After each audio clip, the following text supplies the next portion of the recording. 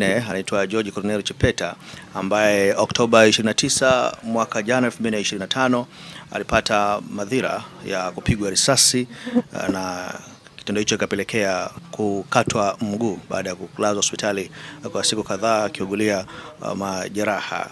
Kuja kuzungumza naye kupata historia ya kile ambacho kilitokea siku ya tukio. Unakumbuka juzi alikuwepo kwenye kutoa maoni wakati wa tume ile iliyoundwa na rais ikiendelea kusanya maoni, na alionekana pale akitoa maoni yake. Tukaona tuje tupate zaidi taarifa kuhusiana na hilo, lakini kubwa zaidi tumeambatana na shirikisho la wasafirishaji wa bajaji na pikipiki jijini Dar es Salaam. Wamekuja leo kumshika mkono kijana mwenzao kwa kumetea bajaji pamoja na mguu wa bandia, na wanafanya hivyo ikiwa ni sehemu ya kumpa sapoti na kumfanya ajione mwenye thamani, kwa sababu wao wako pamoja naye, na shirikisho hilo limshirikiana na wadau wengine ambao kwa pamoja wamewezesha kupatikana kwa hiyo bajaji kuja kukabidhi, na tukaona tuzungumza naye tusimulie japo kwa ufupi kila ambacho kilitokea. Mimi ni Bakari Chijumba. Siku hiyo kama kawaida nilitoka nyumbani kaelekea ofisini. Sasa kulikuwa na spare ambayo tulikuwa tunatafuta. Nikaelekea kuna duka la spare lipo Tabata. Kwa nilipofika sikufanikiwa kumkuta. Sasa wakati narudi ndo nikaja nikapata tatizo hilo.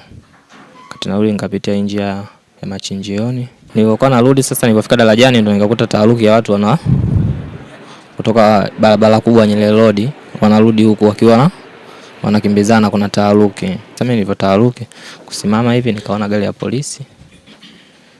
ya polisi.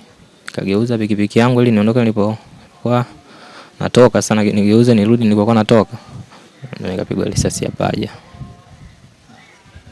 Pigwa risasi ya paja maeneo ya nyuma, sehemu ya nyuma mguu hapa, kwa hiyo ilitembea ikaja kukaa nyuma ya goti.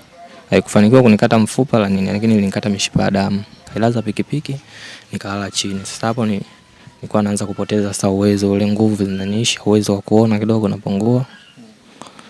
Chini pale nikasikia watu wanazungumza, ambao watu wakachukua viatu vangu vile nilivyokuwa nimevaa akavivua, akachukua mfukoni. Nilivyoona ile tatizo nazidi nilitumbukiza ndani.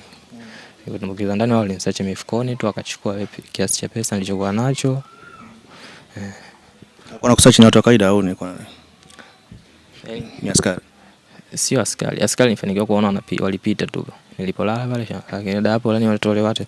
Unajua tena ukipungukiwa na damu huwezi